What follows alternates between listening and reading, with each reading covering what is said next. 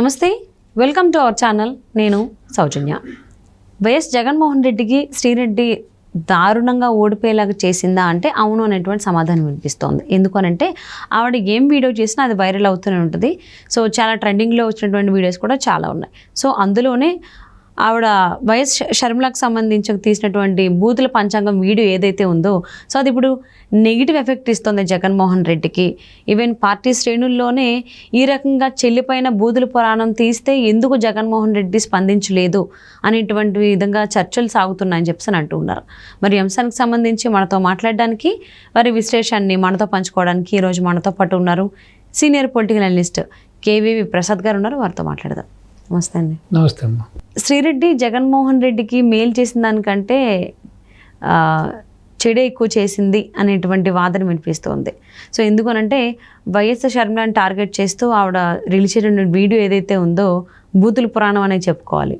So అంటే YS Rajasekhara Reddy గారి కూతురు వైఎస్ షర్మిల పైన ఈ రకంగా మాట్లాడుతున్నట్లు ఎందుకు మాట్లాడితే వైసీపీ శ్రేణులు కావచ్చు జగన్మోహన్ రెడ్డి ఎందుకు స్పందించలేదు అని చెప్పేసి వైసీపీ పార్టీ మహిళా ఓటర్లలోనే ఈ రకమైన చర్చ సాగుతోంది అంటున్నారు. దీని గురించి ఏమంటారు?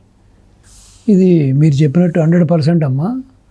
గత 5 ఏళ్లుగా తీసుకుంటే వైసీపీలోని కొంతమంది మంత్రులు, ఎస్పెషల్లీ మీ అందరికీ తెలుసు, అంబటి రాంబాబు కానీ, లేకపోతే ఆర్కే రోజా కానీ, గుడివాడ అమర్నాథ్ కానీ, ఇటు అనిల్ కుమార్ యాదవ్ కానీ, ఇటు కొడాలి నాని కానీ, వంశీ కానీ,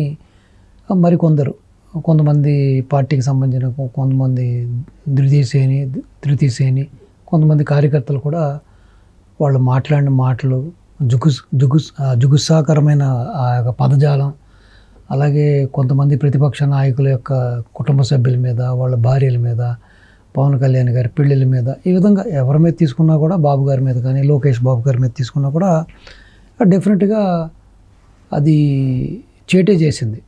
ఇటు అనంతపూర్ అతను ఎంపీని తీసుకున్నా కూడా వీళ్ళందరూ కూడా, ప్లస్ రెండవది వాళ్ళు కొంతమంది మహిళలతోటి, కొంతమంది కార్యకర్తలతోటి వాళ్ళు వ్యవహరించిన తీరు, వాళ్ళు మాట్లాడిన ఈ ఫోన్ కాన్వర్సేషన్స్ కూడా బయటకు వచ్చినాయి. అవి దానివల్ల కూడా వాళ్ళకి చేటే జరిగింది.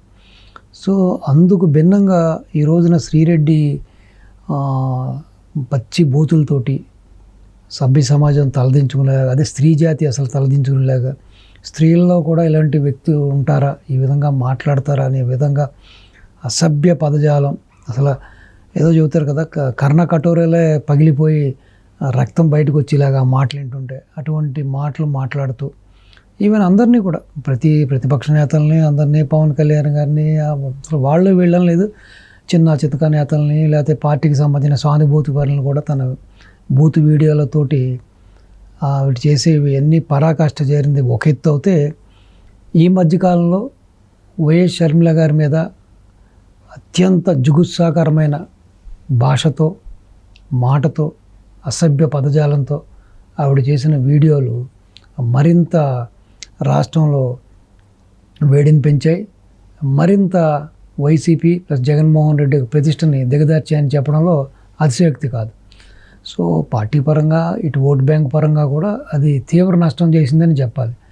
ఎందుకంటే ఇప్పుడు రాజశేఖర రెడ్డి కుటుంబానికి ఒక ఇమేజ్ ఉంది, రాజకీయంగా ఒక ఇమేజ్ ఉంది.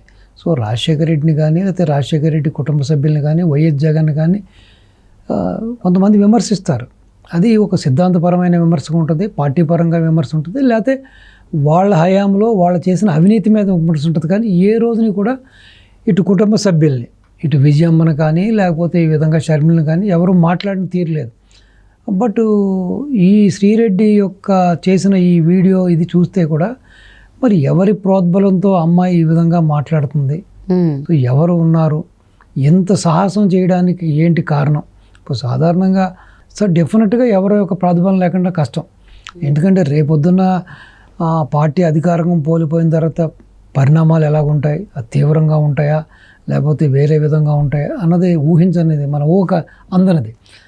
సో అంత సాహసం అమ్మాయి చేస్తుంది అంటే డెఫినెట్గా ఎవరో కావాలని కుటుంబ సభ్యులే, అది వైఎస్ జగన్ అవనండి, లేకపోతే వైఎస్ భారతి అవనండి, XYZ ఎవరైనా సరే పార్టీలో ఉన్న ఎవరో ఒక కీలక నేత యొక్క ఆర్థిక సహాయంతో కానీ, లేకపోతే సహాయ సహకారాలతో కానీ ఈ విధంగానే మాట్లాడుతుంది అనుకోవచ్చు.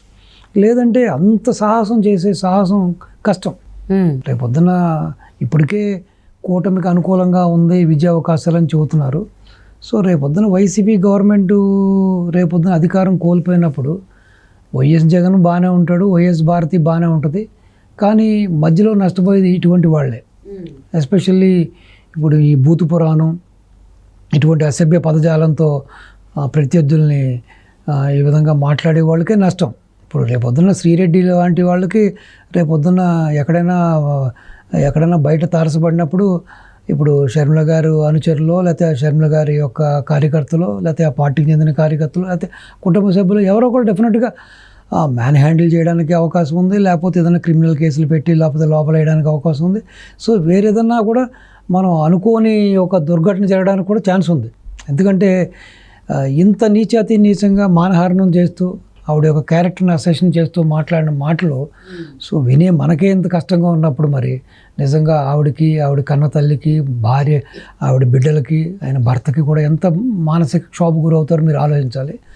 సో డెఫినెట్గా ఇటువంటి చర్యల వలన, ఇటువంటి మాటల వలన శ్రీరెడ్డి పార్టీలో సభ్యత్వం ఉందా, లేకపోతే పార్టీలో ఏదైనా కీలకమైన పదవి ఉందా, ఇవన్నీ పక్కన పెడితే శ్రీరెడ్డి వలన ఏదైనా 1% కూడా ఏదైనా పార్టీకి మేలు జరిగిందా, లేకపోతే ఇటువంటి చర్యల వలన, ఇటువంటి వీడియోల వలన ఏదైనా ఓట్ బ్యాంక్ పెరిగిందా, లేకపోతే దీనివల్ల ఏదైనా పార్టీ లబ్ధి పొందిందా, జగన్ లబ్ధి పొందాడని అనుకుంటే మాత్రం 100% డ్యామేజే జరిగింది.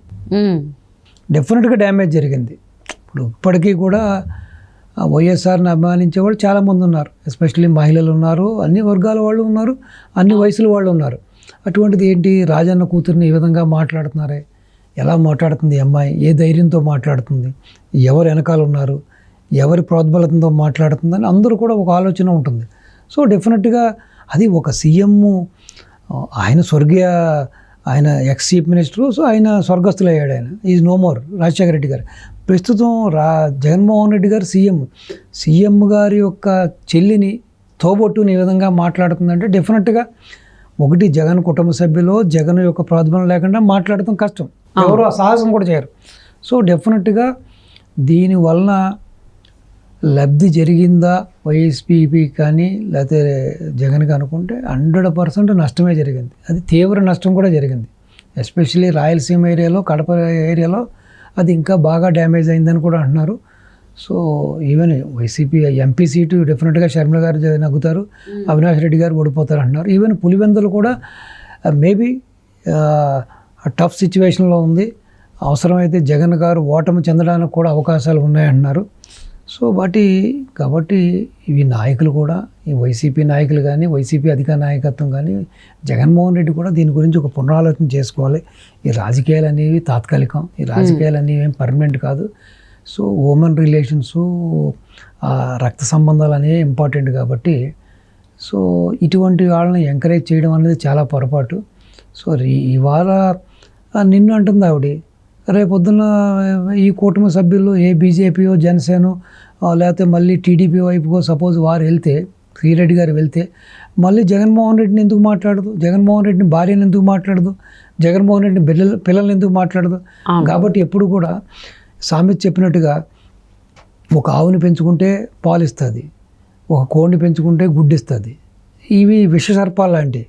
ఈ చిన్న చిన్న వానపాములుగా ఉన్న వాటిని మనం పెంచి పేషించి ఆనకొండలుగా తయారు చేస్తే రేపొద్దున మనలే మింగుతాయి ఇవి.